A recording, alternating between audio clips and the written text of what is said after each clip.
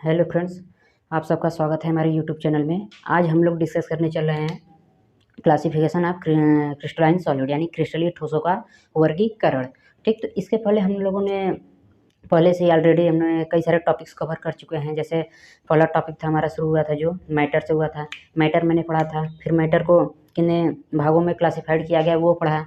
Mainly matter को मुख्यतः 3 भागों में क्लासिफाइड किया गया है, ठीक है। ठोस, द्रव, गैस। किया तो और गया है, मैंने बताया था, जैसे प्लाज्मा, बोन्स, आयनस्टीन, कंडेंस, तमाम सारे हैं। लेकिन हमने मेनली अगर बात करेंगे तो किसमें किया गया है, सॉलिड, लिक्विड और गैस में किया गया है। फिर मैंने क्या किया कि लिक्विड और गैस को क्या किया, छोड़ दिया, वो बाहर में गया, ठीक है।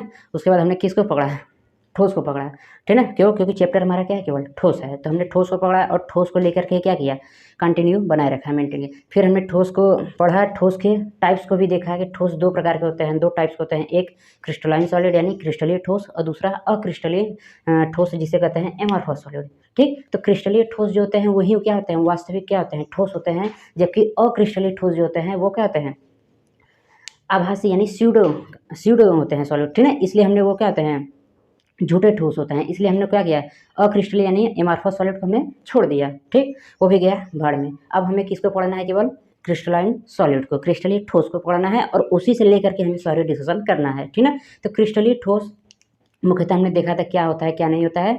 बाद में क्वेश्चन एराइज होता है कि क्या क्रिस्टलीय ठोस के भी कई प्रकार हो सकते हैं, क्या होते हैं, ठीक। तो इसी चीज़ को हम लोग आगे देखेंगे, क्या होते हैं कि नहीं होते हैं, या होते हैं तो कैसे होते हैं, ठीक। तो चलिए हम लोग डिस्कस, पहले एक बार डेफिनेशन पढ़ लीजिए। Crystalline solid can be classified on the basis of nature of intermolecular force operating them यानी क्रिस्टलीय ठोस को हम, जो ठोस होते हैं उनके मध्य जो कॉन्स्टिट्यूएंट पार्टिकल है, उनके मध्य जो फोर्स ऑफ अट्रैक्शन लगता है ना, उन्हीं फोर्स ऑफ अट्रैक्शन के आधार पर हम लोग क्या कर सकते हैं, क्रिस्टलीय ठोस को डिवाइड कर सकते हैं, ठीक है। कई भागों में विभाजित कर सकते हैं, यानी जितने टाइप के क्या होंगे पार्टिकल के बीच में फोर्स ऑफ अट्रैक्शन लगता होगा, उतने टाइप के क्या होंगे हमारे क्रिस्टलीय सॉलिड क्या होंगे, तैयार होंगे, ठीक है। तो हम लोग देखेंगे मेनली कि कितने टाइप के फोर्स ऑफ अट्रैक्शन पार्टिकल के बीच में पाए जाते हैं, ठीक। उसके बाद हम लोग बता देंगे कितने टाइप के होंगे, कितने टाइप के नहीं होंगे, ठीक है। तो ये जो बात है कि कितने टाइप के फोर्स ऑफ अट्रैक्शन होंगे कि नहीं होंगे, ये किस पे डिपेंड करेगा, हमारा जो कॉन्स्टिट्यूएंट पार्टिकल है उस पर करेगा। कॉन्स्टिट्यूएंट पार्टिकल मतलब एटम हो सकता है, आयन हो सकता है, मॉलिक्यूल हो सकता है, यही 3 होते हैं कॉन्स्टिट्यूएंट पार्टिकल, जिनसे कोई कोई ठोस हो गया या कोई पदार्थ क्या होता है, बना होता है, ठीक है। उसी को क्या कहते हैं, छोटे छोटे चीज़ को कॉन्स्टिट्यूएंट पार्टिकल कहते हैं। जैसे हम ईंट ले लें, अब हम कहें ईंट का कॉन्स्टिट्यूएंट पार्टिकल क्या होगा तब, तो ईंट क्या है, छोटे छोटे मिट्टी के टुकड़ों से बना है मिल करके, तो छोटे छोटे मिट्टी के कण जो हैं वो क्या कहलाएंगे, कॉन्स्टिट्यूएंट पार्टिकल। आप किसका, ईंट का कहलाएगा, ठीक है। तो ऐसे ही जो कॉन्स्टिट्यूएंट पार्टिकल है, अगर वो अलग अलग होंगे किसी सॉलिड्स में, कॉन्स्टिट्यूएंट पार्टिकल अलग होंगे, तो उनके मध्य क्या होगा, अलग अलग क्या पाया जाएगा, फोर्स ऑफ अट्रैक्शन पाया जाएगा, ठीक है। तो जितने टाइप के क्या होंगे हमारे कॉन्स्टिट्यूएंट पार्टिकल होंगे, उतने टाइप के क्या होंगे, फोर्स बनेगा, फोर्स लगेगा, और जितने टाइप के फोर्स लगेगा उतने टाइप के क्या होंगे, क्रिस्टलीय सॉलिड क्या होंगे, तैयार होंगे, ठीक। तो हम लोग देखेंगे उसी के आधार पे कि कितने टाइप के होते हैं, कितने टाइप के नहीं होते हैं। चलिए हम लोग डिस्कस करते हैं। एक बार डेफिनेशन फिर से देख लीजिए। Crystalline solid can be classified on the basis of nature of intermolecular force operating in them, यानी ठोसों के मध्य जो हमारा इंटरमॉलिक्यूलर फोर्स क्या होता है, एग्जस्ट करता है, उसी के आधार पर हम लोग क्या करते हैं, क्रिस्टलाइन सॉलिड को क्या करते हैं, डिवाइड करते हैं, ठीक। On the basis of this यानी इसके आधार पर crystalline solid are classified into 4 category, ठीक। इसी के आधार पर हम लोग क्या कर सकते हैं, किए हैं, क्रिस्टलाइन सॉलिड को 4 भागों में विभाजित किए हैं। वो कौन कौन से हैं, 4 प्रकार क्रिस्टलाइन सॉलिड के। पहला है आयनिक सॉलिड, दूसरा है कोवैलेंट सॉलिड, और तीसरा है मॉलिक्यूलर, और चौथा है हमारा मेटेलिक सॉलिड। यही 4 प्रकार के हमारे क्या होते हैं, क्रिस्टलाइन सॉलिड पाए जाते हैं, ठीक। 1 बाय 1 हम डिस्कस करेंगे, एकदम कोरिलेट करके हम लोग चलेंगे, एकदम आराम से आएगा, ठीक है, एकदम आराम से आएगा, ठीक। चलिए हम लोग पहला डिस्कस करेंगे आयनिक सॉलिड। आयनिक सॉलिड, चलिए आयनिक,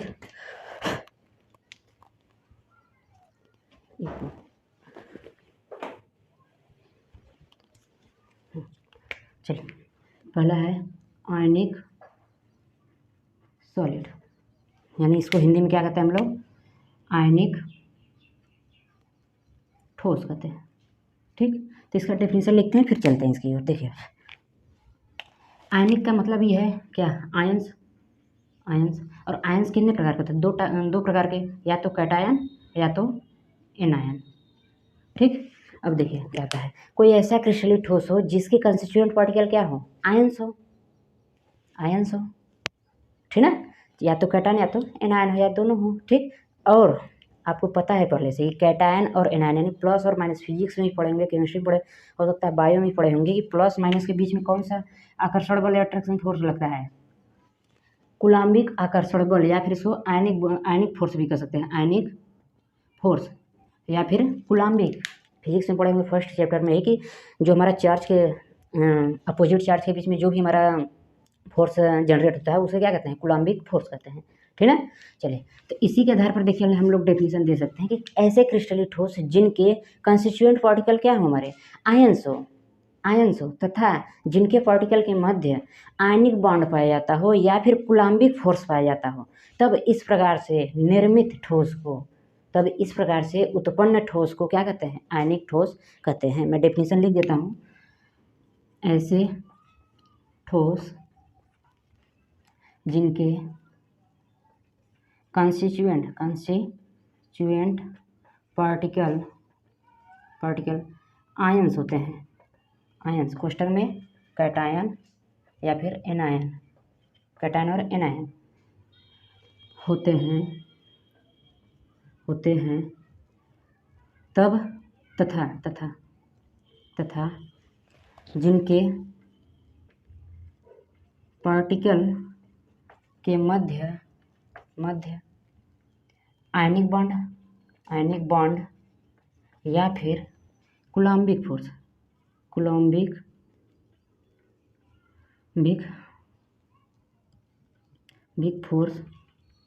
पाया जाता है, तब इस प्रकार से निर्मित ठोस को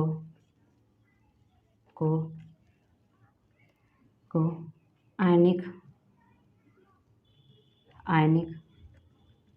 ठोस कहते हैं, ठीक। ऐसे ठोस जिनके कंस्टिट्यूएंट पार्टिकल क्या होते हैं, आयंस होते हैं तथा जिनके पार्टिकल के मध्य क्या हो जाता है, कूलाम्बिक फोर्स या फिर आयनिक बॉन्ड बन जाता है, इस प्रकार से बने निर्मित ठोस को क्या कहते हैं, आयनिक ठोस कहते हैं, ठीक। एग्जाम्पल में लिख सकते हैं, एग्जाम्पल में जितने भी मेटालिक होते हैं, जितने भी मेटल होते हैं, मेटल के हैलाइड, जितने भी मेटल के हैलाइड होते हैं, जैसे NaCl, KCl, RbCl, ठीक है, ETC, जितने भी मेटल होते हैं उनके हैलाइड क्या होते हैं, हमारे आयनिक सॉलिड होता है, क्यों, क्योंकि उसमें कैटायन होता है और एनायन होता है। ऐसा ही जितने भी मेटल होते हैं उनके नाइट्रेट जैसे NaNO3, KNO3, कैल्शियम NO3 का ट्वाइस, ठीक है। जितने भी होते हैं मेटल उनके नाइट्रेट और हैलाइड, यहाँ तक कि सल्फेट भी क्या होता है, हमारे आयनिक सॉलिड की कैटेगरी में आते हैं, ठीक। तो ये आराम से ट्रिक की तरह याद कर सकते हैं, जितने मेटल के हैलाइड, जितने मेटल के नाइट्रेट, जितने मेटल के सल्फेट होते हैं वो क्या होते हैं, आयनिक सॉलिड की कैटेगरी में आते हैं। थोड़ा सा इसका प्रॉपर्टी कुछ है आयनिक सॉलिड का, उसको भी हम लोग डिस्कस कर लेते हैं, क्या होता है प्रॉपर्टी, ठीक। चलिए, प्रॉपर्टी ऑफ आयनिक सॉलिड, यानी हम लोग यहाँ पर डायरेक्ट लिखेंगे गुण क्या होता है, पहला कि ये जो आयनिक सॉलिड होते हैं ना, ये कठोर होते हैं, एकदम कठोर व भंगुर होते हैं, भंगुर यानी ब्राइटल प्रकृति के होते हैं, ठीक। पहला इसका प्रॉपर्टी है कि ये कठोर होते हैं, क्यों, क्योंकि आयनिक बॉन्ड क्या होता है, बहुत मजबूत होता है, बहुत स्ट्रांग होता है, इसलिए ये क्या होते हैं, कठोर व भंगुर का मतलब होता है ब्राइटल, इसका मतलब होता है किसी भी चीज़ को दाव या लगा, प्रेशर लगाकर, फोर्स लगाकर उसे तोड़ा मोड़ा ना जा सके, उस प्रकृति को क्या कहते हैं, भंगुर प्रकृति। तो इनकी जो कठोर प्रकृति होती है और भंगुर प्रकृति वो क्या होती है, ज़्यादा होती है, ठीक। दूसरा इसका प्रॉपर्टी होता है कि ये ठोस अवस्था में विद्युत के कुचालक होते हैं, जबकि मॉल्टेन स्टेट या फिर एक्वस स्टेट में विद्युत के सुचालक होते हैं, ठीक। तीसरा आता है कि आयनिक सॉलिड के आयनिक सॉलिड में आयनिक बॉन्ड पाया जाता है, आयनिक बॉन्ड पाया जाता है। और लास्ट है इनका जलीय विलयन या फिर ये जल में घुलनशील होते हैं। ठीक, ये जल में घुलनशील होते हैं। ठीक, तो ये 4 प्रॉपर्टी मेन है। काफ़ी सारे इतना लिख देंगे आपको नंबर, चाहे कोई भी बोर्ड हो, ठीक ना, यूपी बोर्ड है, सीबीएसई बोर्ड है, कौनो बोर्ड है, विदेश वाला कोनो बोर्ड ना हो, ठीक ना, भारत तक कोनो बोर्ड हो।